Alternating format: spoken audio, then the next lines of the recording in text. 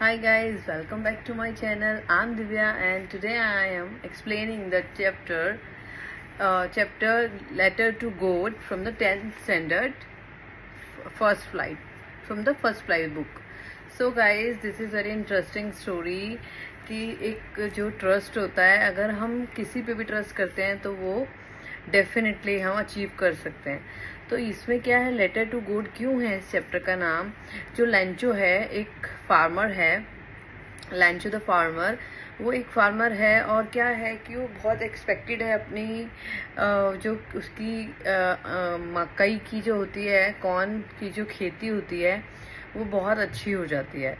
तो उसके बाद क्या होता है कि बस उसे एक बारिश की ज़रूरत होती है, जिससे वो बारिश से एक्सपेक्टेड होता है कि बारिश आ जाए, तो एक बारिश आ जाए तो मुझे जो है मैं सोना ही, जैसे कहते हैं ना, मैं देश की धरती सोना उगले, तो उसकी खेत क्या है सोना उगलेगी, क्योंकि उसको बहुत सारे पैसे मिल जाएंगे।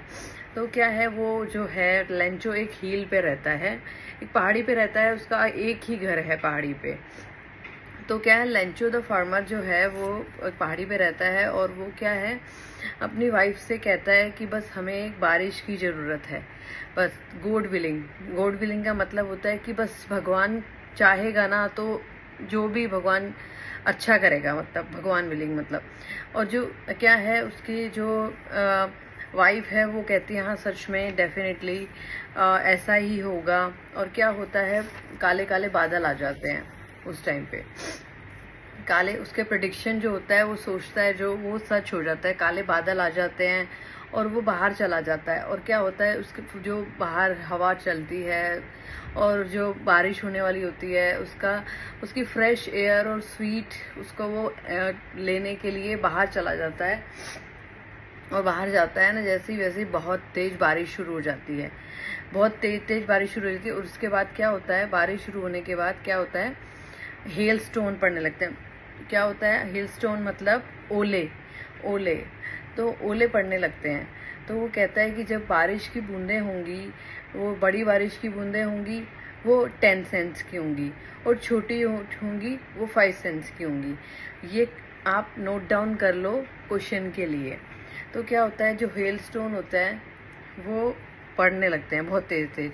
और उसको फ्रोज़न पर्ल्स मतलब उसको फ्रोज़न पर्ल्स को, ओलो को भी फ्रोज़न पर्ल्स ही यहाँ पे कहा गया है।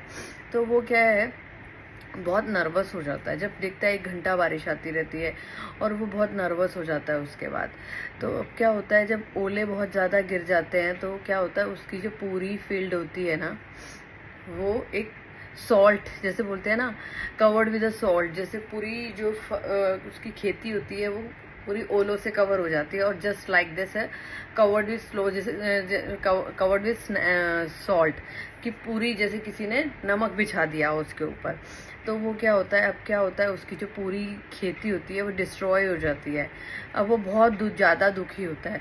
वो कहता है कि जैसे ये लॉक्टिक्स होते हैं ना, टिड्डे होते हैं, वो भी इतना ज़्यादा ख़राब नहीं करते हैं खेती को जितना ज़्यादा ये मेरी खेती ख़राब हो चुकी है।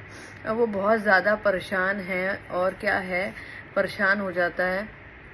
और उसके बाद क्या है, अब उसको क्या है, वो बहुत अपसेट है क्योंकि उसके पास खाने के लिए भी पैसे नहीं है और आगे खेती के लिए भी पैसे नहीं है। तो बहुत नर्वस हो जाता है। और उसके बाद क्या करता है, भगवान को लेटर लिखता है।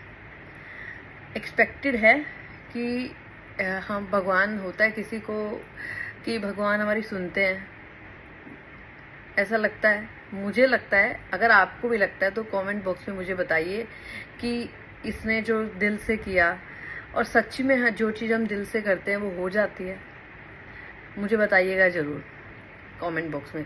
तो आगे क्या होता है, पैसो पैसो पैसो पैसो होता है, एक लैटिन अमेरिका की करेंसी होती है। तो क्या है कि वो जो होता है वो कहता है कि भाई मुझे ना 100 पैसों चाहिए। तो वो लेटर लिखता है कि भगवान से कि मुझे 100 पैसों चाहिए और मुझे अपनी खेती के लिए और अपने लाइवलीहुड को स्पेंड करने के लिए, जीवन जीने के लिए मुझे पैसे चाहिए, 100 पैसे चाहिए। तो वो क्या करता है, लेटर पोस्ट कर देता है। और उसके बाद जब पोस्ट मास्टर को वो लेटर मिलता है, वहाँ पे वो जो ले जाता और वो लिखता है लेटर टू गॉड, मतलब टू गॉड खाली लिखता है, कोई एड्रेस नहीं लिखता है, टू गॉड लिखता है बस। तो वहाँ पे जब उसको लेटर मिलता है तो वो क्या करता है, अपने हेड मास्टर के पास लेके जाता है, जो पोस्ट ऑफिस में होता है। वो कहता है ये पहले तो वो बहुत शॉक होता है, हंसने लगता है कि ये बंदा कौन है जिसने भगवान को लेटर लिखा है। तो फिर क्या होता है, वो लेटर पढ़ता है अंदर कि भाई ऐसे ऐसे मुझे 100 पैसों चाहिए। तो वो बंदा इतना ऑनेस्ट होता है, इतना मतलब क्या होता है, मर्सीफुल होता है कि वो उसकी हेल्प करने के लिए रेडी हो जाता है। तो वो पूरे पोस्ट ऑफिस में सबको बोलता है, सब हेल्प करते हैं। तो उसको 70 पैसों ही इकट्ठे कर पाता है, वो 100 पैसों नहीं इकट्ठे कर पाता है। तो वो 70 पैसों उसको भेज देता है। तो वो क्या है, जब वो एक्सपेक्टेड होता है कि भाई मुझे डेफिनेटली गोल्ड रिप्लाई करेंगे। तो वो क्या है, जब वो उसको पैसे मिलते हैं तो वो शॉक नहीं होता है, वो गुस्सा होता है। वो लिफाफा खोल के देखता है जब, तो कि भाई इसमें से 30 पैसों कम है, क्योंकि मुझे 70 पैसों ही मिले हैं और मैंने 100 पैसों की डिमांड की थी। ये क्वेश्चन आ सकता है बच्चा पार्टी कि उसने कितने पैसों की डिमांड की थी। जब पोस्ट मास्टर को लेटर मिलता है, वहाँ पे वो जो ले जाता और वो लिखता है लेटर टू गॉड, मतलब टू गॉड खाली लिखता है, कोई एड्रेस नहीं लिखता है, टू गॉड लिखता है बस।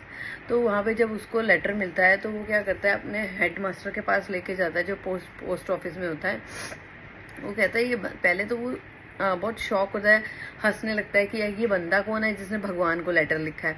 तो फिर क्या होता है, वो लेटर पढ़ता है अंदर कि भाई ऐसे ऐसे मुझे 100 पैसों चाहिए। तो वो बंदा इतना ऑनेस्ट होता है, इतना मतलब क्या होता है, मर्सीफुल होता है कि वो उसकी हेल्प करने के लिए रेडी हो जाता है। तो वो पूरे पोस्ट ऑफिस में सबको बोलता है, सब हेल्प करते हैं। तो उसको 70 पैसों ही इकट्ठे कर पाता है, वो 100 पैसों नहीं इकट्ठे कर पाता है। तो वो 70 पैसों उसको भेज देता है। तो वो क्या है, जब वो एक्सपेक्टेड होता है कि भाई मुझे डेफिनेटली गोल्ड रिप्लाई करेंगे। तो वो क्या है, जब वो उसको पैसे मिलते हैं तो वो शॉक नहीं होता है, वो गुस्सा होता है। वो लिफाफा खोल के देखता है जब, तो कि भाई इसमें से 30 पैसों कम है, क्योंकि मुझे 70 पैसों ही मिले हैं और मैंने 100 पैसों की डिमांड की थी। ये क्वेश्चन आ सकता है बच्चा पार्टी कि उसने कितने पैसों की डिमांड की थी। तो क्या होता है, फिर वो क्या करता है, झट से दोबारा लेटर लिखता है। कमाल का बंदा है ना यार। वो दोबारा लेटर लिखता है कि गॉड, मैंने तो आपसे 100 पैसों मांगे थे, लेकिन आपने तो 70 ही दिए, इसमें मुझे 70 ही मिले। मुझे ऐसा लगता है कि पोस्ट ऑफिस के लोगों ने शायद में भी चुरा लिए होंगे। तो क्या है, जब वो लेटर लिखता है और वो लेटर वापस वो ऑफिस के हेड को मिलता है, तो वो भी शॉक होता है कि भाई ये एक तो मैंने उसके ऊपर मर्सी करके और पैसे देके नेकी कर दरिया में डाल, एक तो दिया और वो हमारे ऊपर ही चोरी का इल्जाम लगा रहा है। तो वो क्या है, दोबारा उससे डिमांड करता है और भगवान को लिखता है कि अब इस बार ईमेल के थ्रू मत भेजना, ये पोस्ट ऑफिस के लोग हैं, शायद इन्होंने ही पैसे चुरा लिए होंगे। तो ये स्टोरी यहीं पे ही खत्म होती है।